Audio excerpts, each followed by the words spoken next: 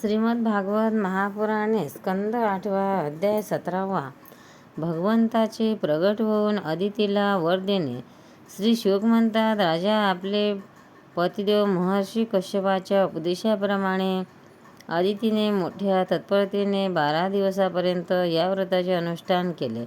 बुद्धीला सारथी बनवून मनाच्या लगामाने तिने इंद्रियरूप बेछूट घोड्यांना आपल्या ताब्यात ठेवले आणि एकाग्रतेने ती पुरुषोत्तम भगवाचे चिंतन करीत राहिली.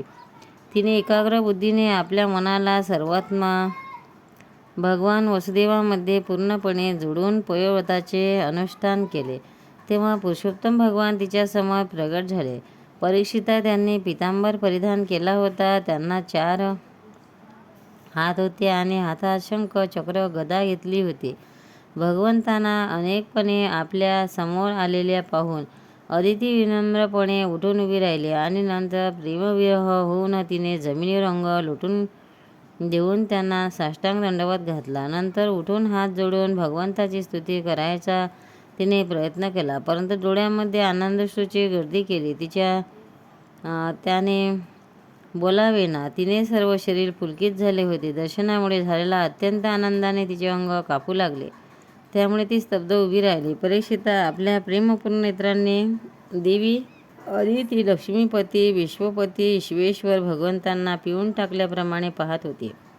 नंतर मोठ्या प्रेमाने सद्गत वाणीने हळूहळू ती भगवंताची स्तुती करू लागली.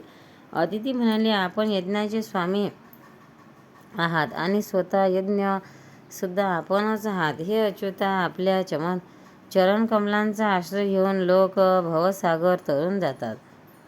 आपल्या यशकीर्तीचे श्रवणसुद्धा संसार तरून नेणारे आहेत.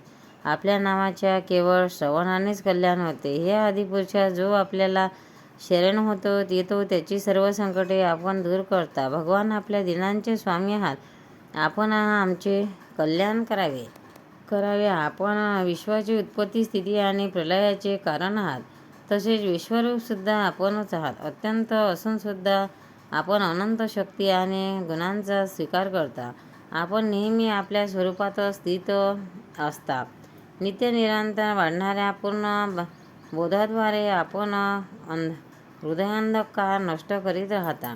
भगवान, मी आपल्याला नमस्कार करते. हे अनंता, आपण जेव्हा प्रसन्न होता तेव्हा मनुष्याला ब्रह्मदेवाचे दीर्घ आयुष्य, त्यांच्याच सारखे दिव्य शरीर, प्रत्येक इच्छित वस्तू, पुष्कळ धन, स्वर्ग, पृथ्वी, पाताळ, योगाच्या सर्व सिद्धी, धर्म, अर्थ, क्रामरूप, त्रिवर्ग आणि आत्मज्ञान सुद्धा प्राप्त होते.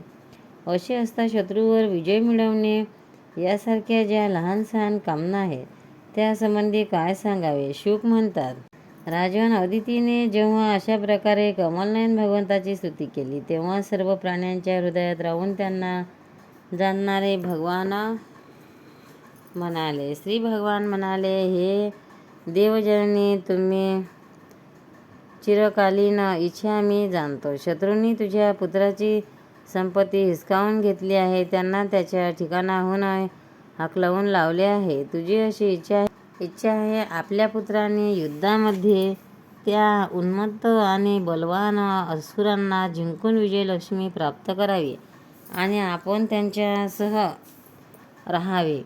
तुझी अशी सुद्धा इच्छा आहे की तुझे इंद्रादी पुत्र जेव्हा शत्रूंना युद्धात मारतील तेव्हा तू त्यांच्या रडणाऱ्या दुःखी पत्न्यांना आपल्या डोळ्यांनी पाहावे. अदिती, तुला असेही वाटते की तुझे पुत्र धन आणि शक्तीने समृद्ध व्हावे, त्यांची कीर्ती आणि ऐश्वर त्यांना पुन्हा प्राप्त व्हावे. तसेच त्यांनी स्वर्गावर अधिकार प्राप्त करून पूर्वीप्रमाणे विहार करावा. परंतु देवी, त्या असुर सेनापतींना यावेळी जिंकणे शक्य नाही असे मला निश्चितपणे वाटते, कारण ईश्वर आणि ब्राह्मण सध्या त्यांना अनुकूल आहे. त्यावेळी त्यांच्याशी लढाई केली तर त्यापासून सुख मिळण्याची आशा नाही.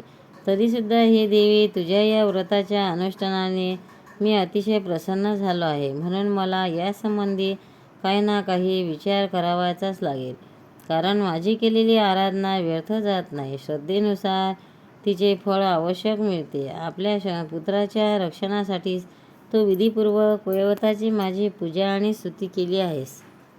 म्हणून मी अंशरूपाने कश्यपाच्या तपश्चर्येत प्रवेश करीन आणि तुझा पुत्र होऊन तुझ्या संतानाचे रक्षण करेन. कल्याणी, तू तुझे पती कश्यप यांच्यामध्ये मला याच रूपामध्ये पहा आणि त्या पुण्यशील प्रजापतीची सेवा कर. देवी, कोणी विचारले तरी ही गोष्ट दुसऱ्या कोणाला सांगू नकोस. देवांचे रहस्य जितके गुप्त राहते तितके ते अधिक सफल होते. श्री शुक म्हणतात, एवढे बोलून भगवान तेथेच अंतर्धान पावले. स्वतः भगवान आपल्या ठिकाणी जन्म घेणार आहेत ही दुर्मिळ गोष्ट जाणून कृतकृत्य झाल्यासारखे तिला वाटले. मोठ्या भक्तिभावाने ती आपले पतिदेव कश्यपाची सेवा करू लागली. दिव्यदृष्टी कश्यपाने समाधियोगाने जाणले की भगवंताचा अंश आपल्यामध्ये प्रविष्ट झाला आहे. वायू जसा लाकडे एकमेकांवर घासून त्यात अग्नी स्थापन करतो, त्याचप्रमाणे कश्यपाने एकाग्र चित्ताने आपल्या तपश्चर्येच्या द्वारे दीर्घ काळापर्यंत साठवलेले तेज अदितीमध्ये स्थापन केले. जेव्हा ब्रह्मदेवाने हे जाणले की अदितीच्या गर्भामध्ये अविनाशी भगवान आले आहेत, तेव्हा ते भगवंताच्या रहस्यमय नावाने त्यांची स्तुती करू लागले. ब्रह्मदेव म्हणाले, हे समस्त कीर्तीचे आश्रय असणाऱ्या भगवंता, आपला विजय असो. अनंत शक्तीच्या अधिष्ठाना, आपल्या चरणांना नमस्कार असो. ब्रह्मन देवा, त्रिगुणाच्या निरामका, आपल्या चरणांना माझा वारंवार नमस्कार असो. पृशनीच्या पुत्रारूपाने उत्पन्न होणाऱ्या वेदाचे संपूर्ण ज्ञान आपल्यामध्ये साठवणाऱ्या प्रभो, आपणच सर्वांचे निर्माते आहात, आपल्याला मी नमस्कार करतो. हे तिन्ही लोक आपल्या नाभीमध्ये स्थित आहे. तिन्ही लोकांच्या पलीकडील वैकुंठामध्ये आपला निवास आहे.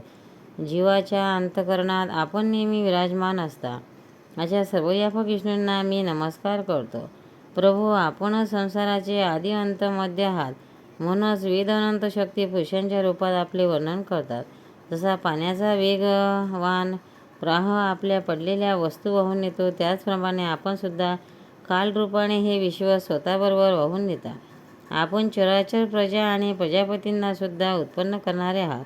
देवादिदेवा, जसा पाण्यात बुडणाऱ्या नावेचाच आश्रय असतो, त्याचप्रमाणे स्वर्गातून बाहेर काढलेल्या देवतांना केवळ आपलाच आधार आहे. गोपाळ कृष्ण भगवान की